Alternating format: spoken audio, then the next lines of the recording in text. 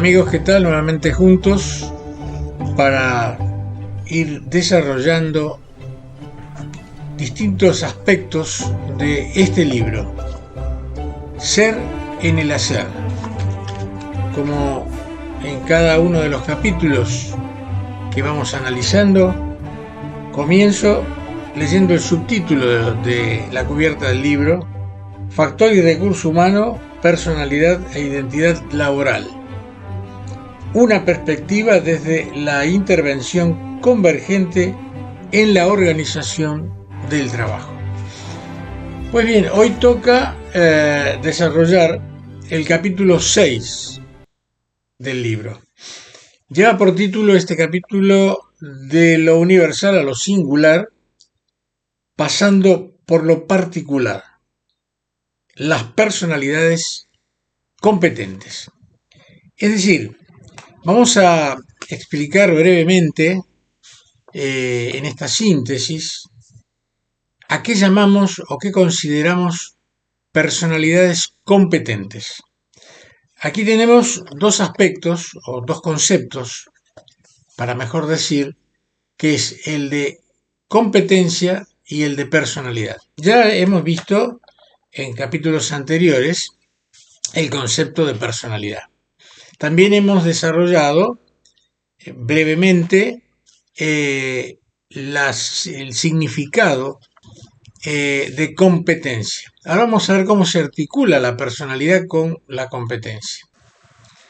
Aquí tenemos tres conceptos: el concepto de universal, el concepto de particular y el concepto de singular. Vamos a aplicar a estos tres conceptos a una situación laboral concreta. Lo universal, por ejemplo, tendría que ver, en este ejemplo, con las características de un puesto laboral, encargado de un depósito de materiales. Estas son las características universales del puesto, es decir, qué tipo de tarea debe hacer, cuál es la responsabilidad que tiene y demás. Eso es lo universal. Sin embargo, esa persona que en ese momento ocupa el puesto, Juan, tiene características que son características particulares de su personalidad, de su historia, de su capacitación, de su entrenamiento, del saber cómo, etc. Cuando las características generales y los requerimientos de lo universal, es decir, del puesto, se articula con lo particular de esa persona, da como resultado lo que llamamos la dimensión singular. Es decir, hay una sola manera de hacer un trabajo, y es hacerlo bien, diría el lema. Ahora, la articulación de lo universal con lo particular da como resultado la singularidad de esa tarea. Es decir, Juan cumple esa tarea universal con sus características personales, y de allí sale la singularidad. No es lo mismo la manera de hacer determinada tarea de Juan que de Pedro que de María. ¿Por qué? Porque ahí está justamente esa articulación entre la persona y el personaje, entre el requerimiento del puesto y las características propias que le da cada una de las personas. Y bien, cuando analizamos esa articulación entre lo universal y lo particular, y entonces vemos de qué manera hace Juan la tarea, y decimos, tiene un sesgo que está relacionado con su personalidad, con su historia, con su forma de interpretar la tarea, con el saber cómo, con cierta manera de hacer lo que difiere de otro operario que antes ocupaba ese puesto. Pero no es que Juan haga las cosas mal, la hace con su propio estilo, y eso es muy importante a tener en cuenta al momento de interpretar desde el liderazgo, desde la perspectiva de un coordinador de tareas, que no puede sostenerse exclusivamente en lo universal. Es decir, tiene que entender que esa persona tiene características propias y esas características no necesariamente perjudican a la tarea, sino que pueden inclusive enriquecerla. Y si no, simplemente es otra manera de hacer lo mismo, pero hacerlo bien. El hecho de hacerlo bien, Juan, Pedro o María, no implica que deba ser hecha la tarea de la misma manera exactamente, salvo en situaciones donde hay que respetar un determinado protocolo técnico, desde luego. Pero la personalidad del sujeto siempre está presente en el momento de llevar a cabo una determinada tarea. Aquí aparece otro concepto que está vinculado con esto que estamos describiendo, que es el análisis de las fortalezas que tiene esa persona, es decir, aquello que lo ayuda a superar obstáculos, que tiene características propias, las oportunidades que tiene para desarrollar esas características propias. Por ejemplo, se produce una dificultad en el desarrollo de la tarea, y cómo lo resuelve, qué actitud toma. Entonces, al momento de evaluar cómo solucionó eso, dice, no, lo que sucede es que yo me quedé pensando que era mejor incorporar determinada cosa para poder solucionarlo. Entonces el supervisor, ante esto, que no está escrito, dice, bueno, la verdad que no lo había pensado, qué ingenioso. No, bueno, esto tiene que ver con mi saber cómo, con mi experiencia frente a la tarea y también con mi forma de encarar un problema, que es diferente quizá a la forma que hubiera tenido otro compañero de trabajo. Bien, esto tiene que ver entonces con las oportunidades, pero también es probable que debido a su personalidad, a sus lo que los psicólogos llamarían mecanismos de defensa o mecanismos adaptativos frente a determinadas situaciones conflictivas, y quizá esa persona frente a un problema se siente insegura, piense que no tiene los recursos para poder solucionar el problema, o impacte en algún aspecto no determinado consciente de su propia personalidad, etcétera, etcétera, y es lo que llamamos debilidades. Habíamos hablado de las fortalezas, ahora hablamos de las debilidades. Es decir, frente a tener que tomar una decisión propia, porque en ese momento no puede consultarlo con el supervisor, o porque no corresponde quizá o no es necesario consultarlo, se inhibe. E inclusive puede llegar a pensar, no sé, por ahí no me corresponde a mí. Bueno, una toma de posición consciente, como por ejemplo, este no es mi trabajo, que lo resuelva otro, etcétera. Esas son de alguna manera ciertas debilidades frente a las amenazas. Las amenazas son las amenazas a su propio desempeño, a su propia respuesta competente frente al problema. O quizá no tenga la experiencia suficiente o no tenga lo que se conoce como el saber cómo. El saber cómo no necesariamente tiene que ver con la capacitación sistémica, con la capacitación formal. Es el famoso tema de cuando entra un operario nuevo, dice, sí, pero a mí me dijeron que lo que tengo que hacer es esto y después esto y después. Sí, eso es en teoría. Pero lo que pasa es que justamente aquí esta máquina tiene determinadas características que fue reparada, entonces el tercer paso no es necesario, hay que obviarlo y cortamos camino y lo hacemos de esta otra manera, porque si no, la máquina no responde adecuadamente. Claro, con otra máquina la situación es distinta, pero con esta máquina, con la historia que tiene esta máquina, con los problemas o las dificultades, hay que hacerlo de esta otra manera. Este es el saber cómo. El saber cómo tiene que ver con la experiencia concreta de la persona frente a la tarea. y no tanto con la teoría. La teoría es importante, ¿eh? Pero la práctica basada en la teoría, evidentemente, tiene una dimensión que en algunos aspectos no es que corrija la teoría, sino que la adapta prácticamente a la situación concreta de la tarea en ese momento concreto.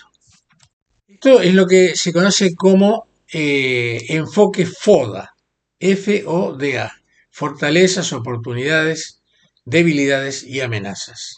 Bien, el próximo punto, con respecto al desarrollo de la tarea, todo esto estamos haciendo una descripción de cada uno de los conceptos que nos van a ir llevando finalmente al título del capítulo, que son las personalidades competentes. Y acá tenemos que incorporar otros tres conceptos y definirlos, que son el concepto de estrategia, el concepto de táctica y el concepto de técnica. Una estrategia es, vamos a aplicar este concepto al tema que estamos desarrollando, y vamos a simplificarlo, tiene que ver con la meta que nos hemos propuesto alcanzar, la construcción de un determinado objeto, el lograr un proceso de excelencia, el lograr un producto terminado con las características de calidad que buscamos, etcétera, etcétera. Esa es la estrategia. La estrategia finalmente podría sintetizarse en hacer el trabajo que corresponde y hacerlo bien, ¿no? Desde el punto de vista de la eficacia y la efectividad, ¿eh?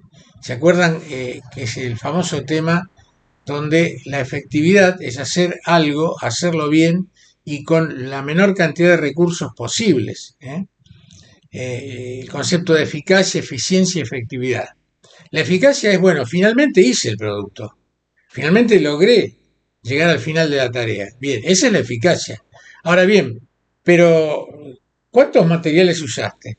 Si este producto implica tres, tres insumos. No, lo que pasa es que tuve que usar 9 porque me equivoqué en esto, me equivoqué en esto otro y demás. Entonces, fue eficaz pero no fue eficiente. La articulación entre eficacia y eficiencia, si ustedes quieren una relación de tipo aritmético, da como resultado la efectividad. Una alta efectividad, supongamos que pongamos un puntaje de 5, 1 a 5. Bueno, alta efectividad es 5, pero resulta que el sujeto logró hacer el producto, pero hacerlo con una efectividad de 3. Entonces, la efectividad es, digamos, no es una alta efectividad, es una efectividad media en ese caso. Bueno, volvamos al tema de la estrategia, la táctica y la técnica. Entonces, la estrategia es llegar al objetivo, llegar a la meta. Pero para llegar a la meta necesito la táctica. La táctica es justamente el camino que yo tomo para llegar al objetivo. El camino que tomo para llegar al objetivo. ¿Cómo voy a lograr ese objetivo? Subo por acá, subo por allá para llegar a un punto en la montaña que quiero alcanzar. ¿Sí? Y bueno, eso es por un lado. Y la técnica implica justamente una cuestión concreta para poder llevar adelante esa táctica. Es decir, bien, voy a tomar tal camino. Esa es una táctica. Ahora, ¿cómo desarrollo ese camino? Caminando, con una soga, de qué manera, corriendo, avanzo y retrocedo. Esa es la técnica, ¿no? Entonces, en un proceso laboral tenemos una estrategia, tenemos tácticas, es decir, pasos, como decíamos en el ejemplo anterior. Bueno, en general este es el protocolo, pero aquí vamos a usar una táctica alternativa porque esta máquina no responde al modelo teórico que nos indica el protocolo. Entonces vamos a usar una determinada táctica diferente, un camino diferente. Y además hay una técnica concreta. Toco este botón, toco este otro, después toco un tercer botón, etcétera, etcétera. Entonces, ya hemos hablado del saber cómo, lo que significa ese saber cómo que tiene que ver con la experiencia. Y vamos ahora a ir acercándonos a la descripción o la definición de personalidad competente. En principio, la competencia entonces sería la resultante entre la capacitación, el entrenamiento, el aprendizaje, más la personalidad, más las características de la personalidad. Vamos a definir lo que es una personalidad competente. Aclaramos que no es un tipo de personalidad como podríamos, usando el modelo de las 5 grandes dimensiones, personalidad extrovertida, introvertida, no es un sexto tipo de personalidad, es otra cosa. La personalidad competente es cualquiera de esas personalidades al momento de llevar adelante una tarea y llevarla con eficacia, con eficiencia, así con un alto nivel de efectividad. Como ustedes pueden ver allí y leer esa definición, una personalidad competente, cualquiera sea su estilo y estructura de base, es aquella capaz de interpretar con plasticidad una consigna y transformar la rutina en un desempeño creativo y autoeficaz. Y subrayo plasticidad, transformar la rutina, desempeño creativo y autoeficaz. Recordemos que entonces, para profundizar un poco esta definición de personalidad competente, el desempeño es un concepto que alude justamente a una forma de llevar adelante un determinado trabajo, un determinado procedimiento. En este caso enfatizamos creativo. Allí, cuando decimos creativo, aparece el saber cómo, aparece la forma de responder a los problemas, la forma de avanzar en el desarrollo de una tarea, aparece justamente el concepto de desempeño vinculado con la eficiencia, no solo con la eficacia, sino con la eficiencia, justamente, de manera tal que decimos creativo. La creatividad, obviamente, en un proceso con cierta rutina, tiene un límite, no puede hacer cualquier cosa.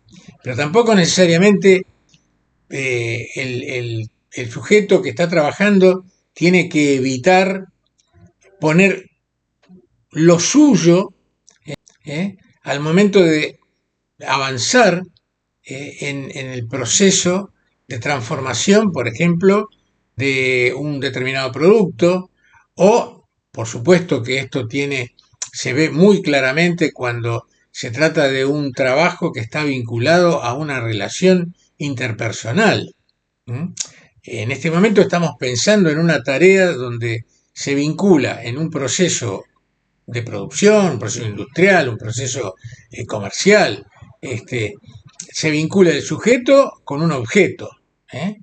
Con un objeto, con un objeto, con un producto, etcétera, etcétera. Pero si llevamos el tema a una relación interpersonal o transpersonal, donde, por ejemplo, una persona que está en una oficina, que tiene que trabajar atendiendo a un cliente, en un operario, en un empleado bancario, etcétera, imagínense la importancia que cobra el saber cómo y además fundamentalmente la personalidad de la gente en este caso, que se relaciona con un cliente, que se relaciona con alguien que va a solicitar un determinado trabajo, una determinada reparación de un producto, etcétera. Es decir, que aquí cobra enorme importancia la personalidad.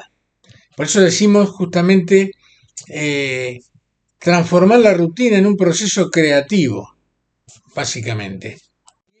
Esto también se vincula con el concepto de autoeficacia.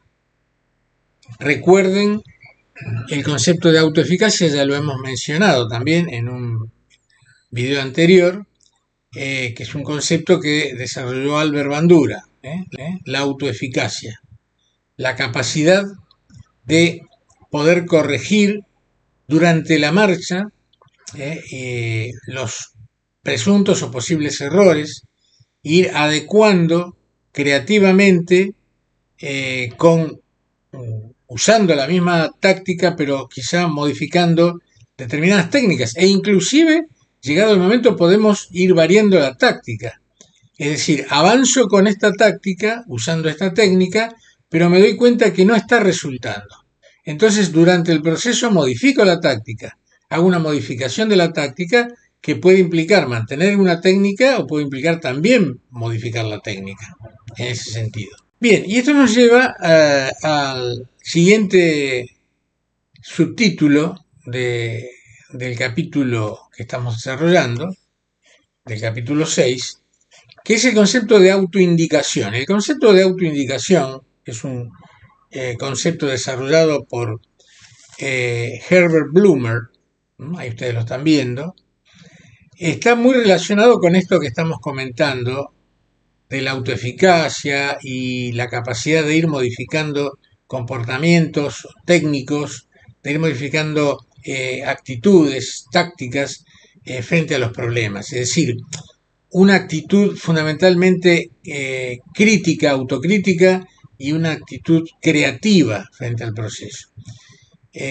Situaciones que, más allá de la personalidad de cada sujeto, se potencia y se enriquece donde existen equipos que estén configurados y dirigidos, que estén liderados con una concepción convergente. Siempre cuando hablamos de convergencia hablamos de la persona y el personaje y la personalidad. Es decir, hay tres dimensiones. Este es el centro, básicamente, de todo este modelo que estamos desarrollando en este libro. Es decir, tener en cuenta lo universal, tener en cuenta lo singular, tener en cuenta lo particular, tener en cuenta justamente las necesidades de la persona, eso tiene que ver básicamente con las características particulares de la persona, tener en cuenta las necesidades, los requerimientos y las características del personaje laboral, esto tiene que ver con lo universal del puesto, y esto da como resultado, cuando sumamos la personalidad, da como resultado la singularidad de la tarea, producto de la singularidad de esa persona que asume ese personaje. Eso es muy importante desde la perspectiva que debe llevar adelante toda acción de liderazgo, es decir, un gerente, un coordinador, un supervisor, un responsable de un equipo de trabajo. Es decir, hacer una lectura diferencial de cada uno, de cada una de las personas que está trabajando en ese equipo. Si no caemos en el error de estandarizar y decir, esto se hace de determinada manera, como si cada persona fuera una máquina. Por suerte no es así. Entonces acá tenemos que tener en cuenta esas características. Volvemos al tema de la autoindicación. Y les leo la definición de Blumer. La autoindicación es la capacidad para decidir en cada momento de su labor en el marco de la organización. La capacidad para decidir, fíjense ustedes, subrayemos esto. El hombre, dice Blumer, se autoindica para referirse a una conducta interna, silente, invisible, dinámica e ininterrumpida mediante la que el sujeto evalúa los resultados inmediatos de sus interacciones, las interpreta y se anticipa regulando los errores mediante ajustes dialécticos con los interlocutores destinatarios de sus actos. La autoindicación decisoria, continuamos leyendo, dependerá de la capacitación y experiencia, la autoconfianza y el sentido común, pero estará volitivamente asentada en el estilo de personalidad y el contexto social interactivo de la relación comunicacional. Creo que es clara esta definición que se relaciona con el concepto de autoindicación. Para finalizar este punto, el punto de la autoindicación, y avanzar muy sintéticamente sobre qué significa el interaccionismo simbólico, seguimos leyendo a Blumer. Dice Blumer, las definiciones de las relaciones sociales son establecidas interactivamente por sus participantes, de modo que la comunicación puede ser entendida como base de toda relación.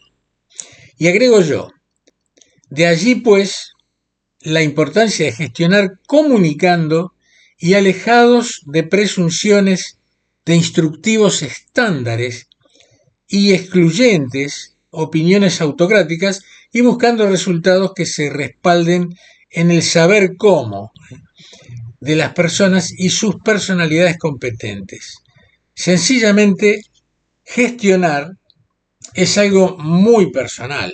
Para finalizar, vamos ahora a abordar, complementariamente a lo que ya hemos venido diciendo, la descripción de una técnica de autopercepción del propio estilo.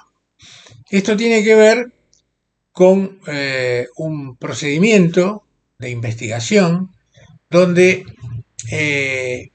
cada sujeto completa una tabla de autoevaluación donde el propio sujeto describe cómo se piensa en relación a las 5 grandes dimensiones que ya hemos visto en otro vídeo, las 5 grandes dimensiones de la personalidad.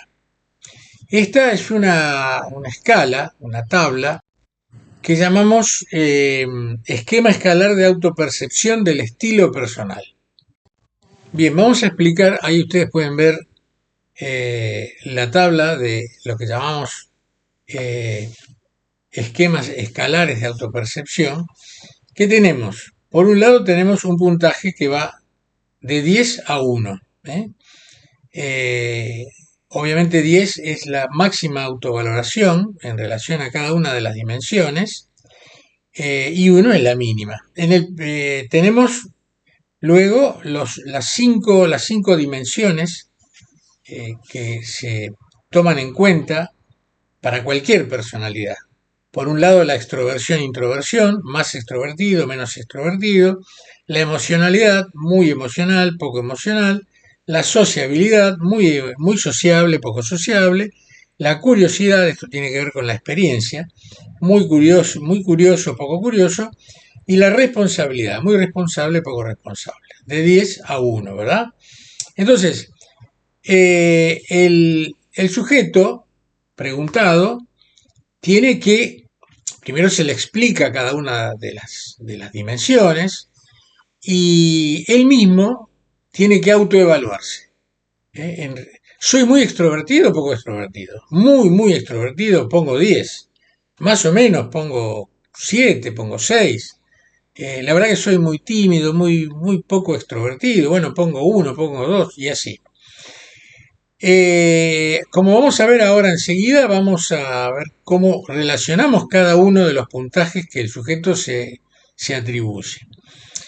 Esto es producto de una investigación que hemos desarrollado. Yo particularmente lo vengo desarrollando hace muchos años en relación al ámbito laboral, pero luego, en los últimos años, lo hemos aplicado a 2 poblaciones de estudiantes de la carrera de trabajo social en la Universidad de Mar del Plata y en la Universidad de Murcia, en las facultades similares de trabajo social o de servicio social, y también aplicadas a la misma población del segundo año de la carrera de trabajo social. Esta investigación la hemos llevado adelante con el colega, el doctor Enrique Pastor Seller, de la Facultad de Trabajo Social de la Universidad de Murcia, y los resultados son realmente interesantes. Ahí vemos, ahí estamos observando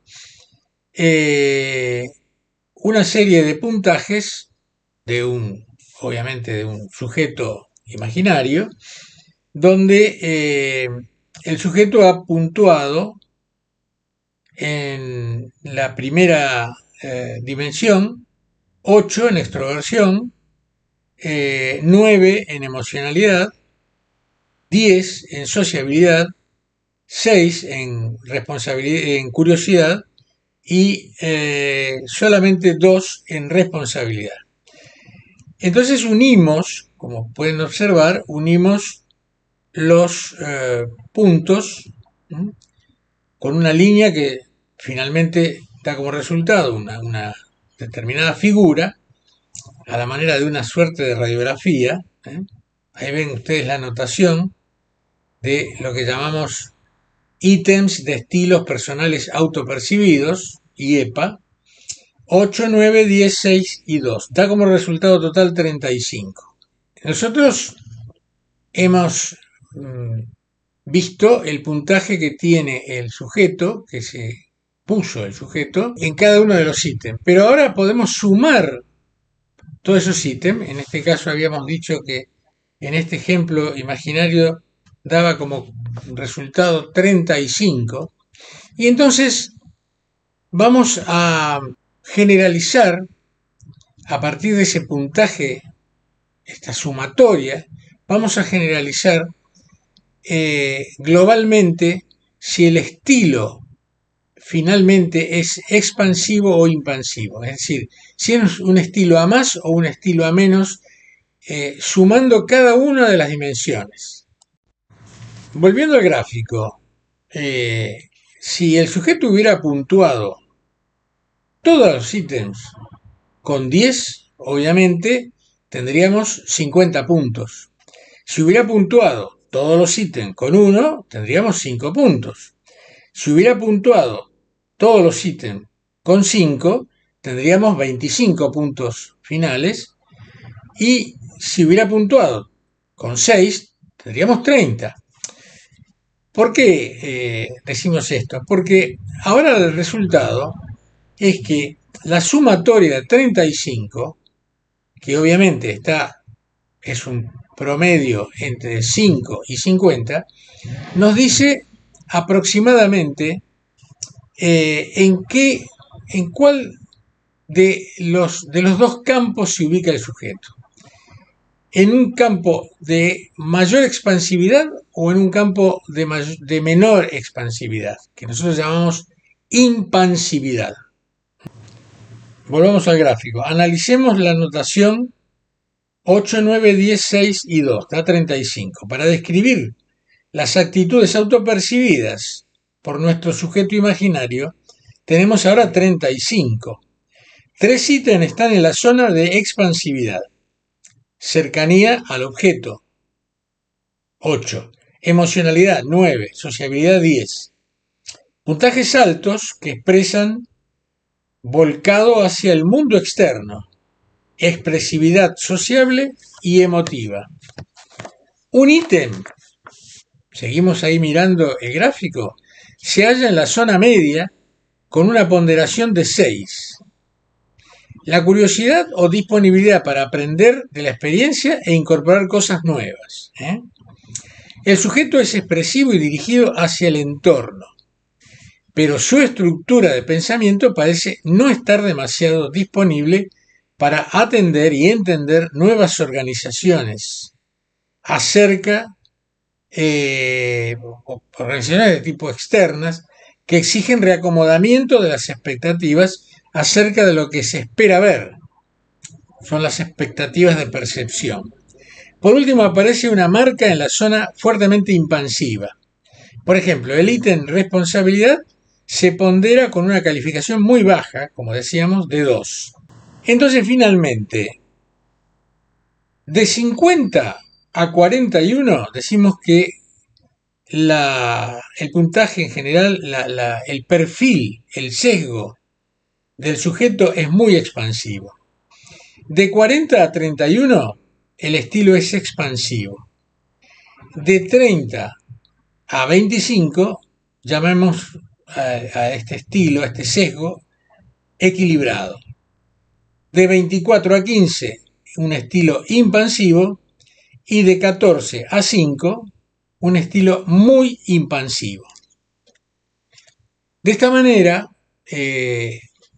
tenemos, a partir de analizar si el sujeto es muy impansivo, impansivo, muy expansivo, expansivo, medianamente se ubica en la zona de un estilo equilibrado, tenemos entonces un perfil interesante para poder luego abordar al sujeto en su análisis de todo el proceso productivo, en su propio entrenamiento, en su propia etapa de capacitación, en la manera en que podemos abordar al sujeto para capacitarlo, para poder interactuar,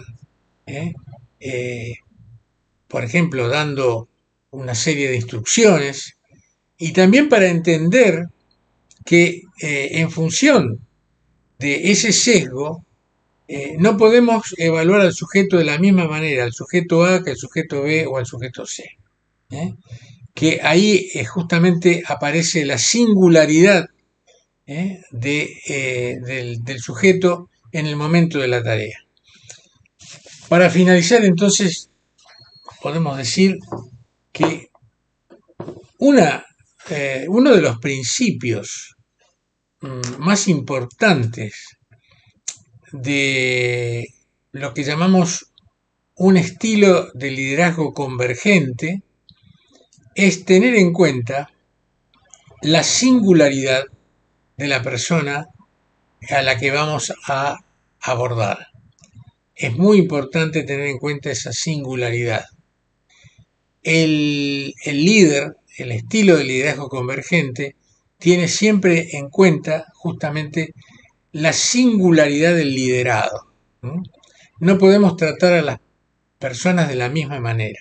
Os quiero recordar un principio de lo que el doctor Tony Alessandra llama la regla de platino. La regla de oro sería algo así como el dicho popular, hazle a los demás lo que yo quiero que me hagan a mí. Pero en realidad la regla de platino es hazle a los demás lo que ellos quieren que les hagas. Es decir, háblale a los demás en función de su propio estilo. Y bien, con esto entonces finalizamos el análisis del capítulo 6 y nos reencontramos dentro de 15 días con el análisis del capítulo 7 del libro Ser en el Hacer. Conducción y liderazgo, similitudes y diferencias. Como siempre les digo, allí pueden contactarse al correo texto